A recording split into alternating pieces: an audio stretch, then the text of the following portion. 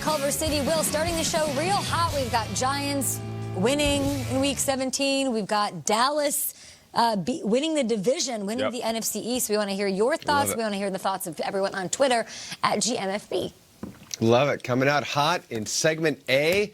And we're in segment B now. Woo, I know it's going to get hotter for the rest of the show. Of course, we've got plenty more news for you starting in Tennessee, where Titans running back Derrick Henry has become somewhat of a staple of Kyle's Angry Run segment. Henry always seems to get a second win later in the season, and the numbers certainly back it up. Henry with 1,067 rushing yards in weeks 14 through 17 since 2016, rather, trying to get all of that straight. Hello. The Titans will need this production and his battering ram of a stiff arm against the Texans. They can clinch a playoff berth with a win, or a Steelers and Colts loss. Now, with the stakes so high, Henry says he'll definitely be ready. He was a full participant in Thursday's practice. He sat out the loss to the Saints with a hamstring injury. Now, another running back on the mend is Raiders rookie Josh Jacobs, a shoulder injury forcing him to miss 2 of the past 3 games. He's also been dealing with a skin infection. He posted these pictures on Instagram on the surprise surgery he had on Christmas Day. NFL Network insider Ian Rappaport reporting this latest surgery shouldn't affect his status for Sunday's game against the Broncos. The Seahawks host the 49ers with the NFC West title on the line in the last game of the regular season, and it appears one of Seattle's newest additions is ready to make a quick impact. Running back Marshawn Lynch back at practice again on Thursday. This will be his first game action in 14 months. When asked how Lynch looks so far, quarterback Russell Wilson says beast mode looks ready to play the whole game. Marshawn's definitely one of those guys who's, no matter what, he's given everything, every play, every moment, and is going to bring that, and you're going to feel that, in the locker room. You're going to feel that, when he's in the huddle. So it's great to have him back, obviously, and bring that juice, bring that energy, bring that focus and tenacity. Now, Lynch's former teammate Derek Carr says he wishes Beast Mode's return was with the Raiders. Carr says he misses him and is glad he's back, as are all of us.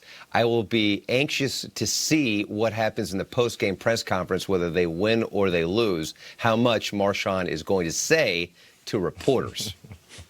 I'm pretty sure we all know that answer. Thank you so much, Seville. We'll get to Marshawn Lynch in this next segment. The regular season wraps up this weekend. You know what that means, Kyle? What do you got? No more playoff picture. Fine. No more this and that and ins and outs. It will be set after Sunday, Week 17. So, tough questions right now with a round of woulda, coulda, shoulda, taking a look at all the seeds and playoff matchups. Let's start on the NFC side. Would you be surprised if the Saints are the #1 seed when Monday comes, which would mean the Niners and the Packers race have to lose, right? I'd be very surprised, Kay. I would need 2 games that I don't think are going to go that way. The Niners would have to lose in Seattle, and then the Packers would have to lose their season finale. I just don't see it happening. Packers can't lose the Lions? At Lions, I could see Detroit playing loosey-goosey. We had Devin Kennard yesterday on the show, and he was very positive about, hey, we've got nothing to lose, but I don't see both of those teams losing, but crazier things have happened in Week 17. I just can't envision the playoffs going through New Orleans again. And it's not just one team to lose, both teams to lose. That's asking for a lot on a Week 17. When you run out these scenarios, there's always that one step where it kind of falls off the table. Where you're like, and I don't know. Aaron Rodgers losing to David Blau when Rodgers could potentially be playing for the #1 seed. You guys remember when the season started, I say Week 1 is a liar. Take away whatever you want. Don't take anything. Week 17 is a lunatic. It's absolutely crazy, but it's not crazy enough to have Rodgers lose to David Blau with that much at stake. I don't think the Saints can get it. I don't. Yeah, Saints have to beat the Panthers, too. Yeah, you're right. Yeah. They're going to need a lot of help. But, when I was playing, it was always one of those situations where did we deserve to be? Did we deserve to be in wild card spot? Did we deserve to be a top seed?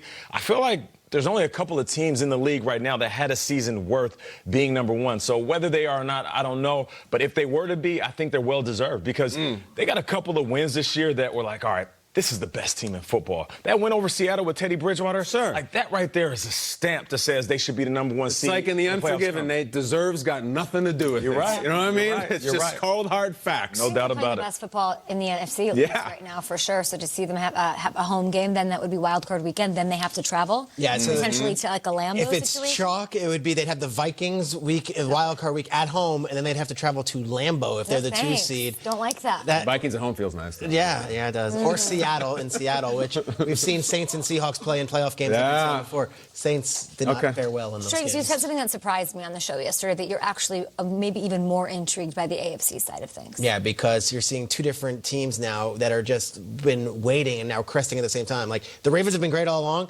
The Chiefs and the Patriots are playing their very best football at the right time. Let's take a look at that side of the bracket. Thanks, Schrager. The Titans, Steelers, or Raiders can fight it out for that final wild card spot. So, Schrager, could the number 6 seed in the AFC make a run to the Super Bowl? I don't see it this year. I don't see it out of these teams. We've seen it a couple times where team goes from out of nowhere. The 05 Steelers with Ben did it. 2010 Packers got so hot with Rodgers. I just don't see it happening with the Titans, the Steelers, or the Raiders this year. I hate to be such a morning damn on all this. I'm being realistic. No, I don't see it, the magic. That. Especially the last 2 weeks with the Titans losing 2 in a row, going into in games that they had to have. Well, you lost them. It's not like they're coming in as hot as they've ever been. Let's use our imagination. Okay, let's have fun try. Let's see. Steelers, I can't see it. I still think the quarterback's good enough. Raiders would be an awesome story to get in, but they run the AFC. No, if I had to pick one, I would pick the Titans. I would pick the Titans because they already beat the Chiefs, and they beat the Chiefs recently. And I don't mean the Matt Moore Chiefs. I mean the Mahomes Chiefs. Vrabel has beaten Belichick in his career, so there's the two of those. And if you have a ball-hawking defense and a running back that gets hot, that would be the one I would pick if I was trying to make the segment work, which I am. So I'll go Titans with a shot. Are you even picking them Week 17? Oh, yeah. Oh, yeah. We'll get into that. Okay. Oh, yeah. All right. I will say this. Goes on this run, I know. To go a little bit back to reality on Schrager's side before you answer, Nate, only 2 6 seeds have ever won the Super Bowl, the 05 Steelers and the 2010 Packers. Yeah, that's right. That's what Schrager was saying. But I hear what you're saying. Yeah, why else ask the question? Let's get into it. You know what you failed to mention? What? You failed to mention the quarterback. You said a great defense and running game. You also have Ryan Tannehill, who's playing for his life, playing for his career, possibly playing for a $70 million, $80 million contract. Joe Flaccian. Exactly. So I feel like if there's a team that is motivated by all of these things that are outside of the sport of football, I feel like it is the Tennessee Titans, like 100%. Is what happened with Foles helpful in your argument? Yeah, maybe so. I mean, we've seen anything's possible. Hot defense, like a very bombastic head coach, sure. Yeah. The thing with Foles, though, is, and a lot of people have brought up Foles with this Titans team, they were the 1 seed in the NFC. So they were home field against the Falcons. They were home against the Vikings. Like, for the Titans to do this, they'd have to win this Sunday.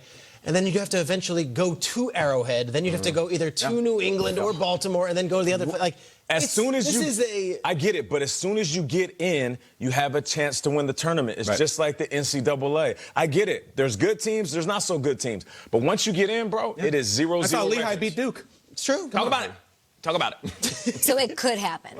We can all agree that you're saying there's a chance. Mathematically, it could happen. I'm out. Let's go back to beast mode, shall we? Okay, SpongeBob. Beast mode will be on the field on Sunday night for the Seahawks. We've seen footage of him in practice. We heard from Russell Wilson saying that he looks good. A win for Seattle means the NFC West title and a shot, of course, at that number 1 seed. Should, Nate, the Niners be worried about Marshawn Lynch? Definitely, Kay. Listen, if you're a football player in this league, you got to worry about a few things. You got to worry about that third cousin that isn't really related to you from your mama's side. Yes. Coming and asking you for $1,000. You got to worry about shipping your car at the end of the season when you're not in the playoffs. You got to worry about Uncle Sam coming and get a whole bunch of that money. He's like, yo, you in the top tax bracket? Let me go ahead and get all of that cash. And the last thing you got to worry about is Marshawn Lynch when he put pads on. I don't care if Marshawn Lynch was 40 years old. He is one of those dudes that will always carry grown man strength. Yes, they should be worried. And if they're not, Marshawn Lynch will embarrass one of these defenders, and he will be on angry runs. It's very pro wrestling. There's a heart versus a head versus what you expect from Marshawn. It's the whole, like, that's Marshawn Lynch's music. What's he doing here? And sometimes when those old guys come back, it's like The Rock or Shawn Michaels, and they look great, and they really have.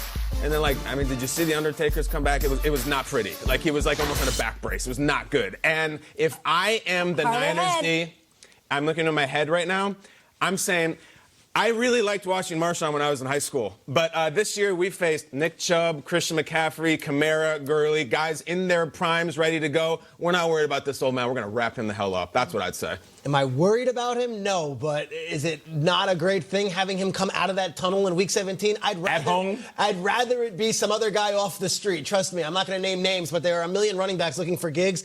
I would rather that guy be out of the tunnel. You'd rather see Turbin, right? I'd rather see Turbin and then some others than Marshawn Lynch. At the sheer emotion of that first quarter, that might be an impact enough that could actually set the tone for the building. I am worried about what he brings to the team.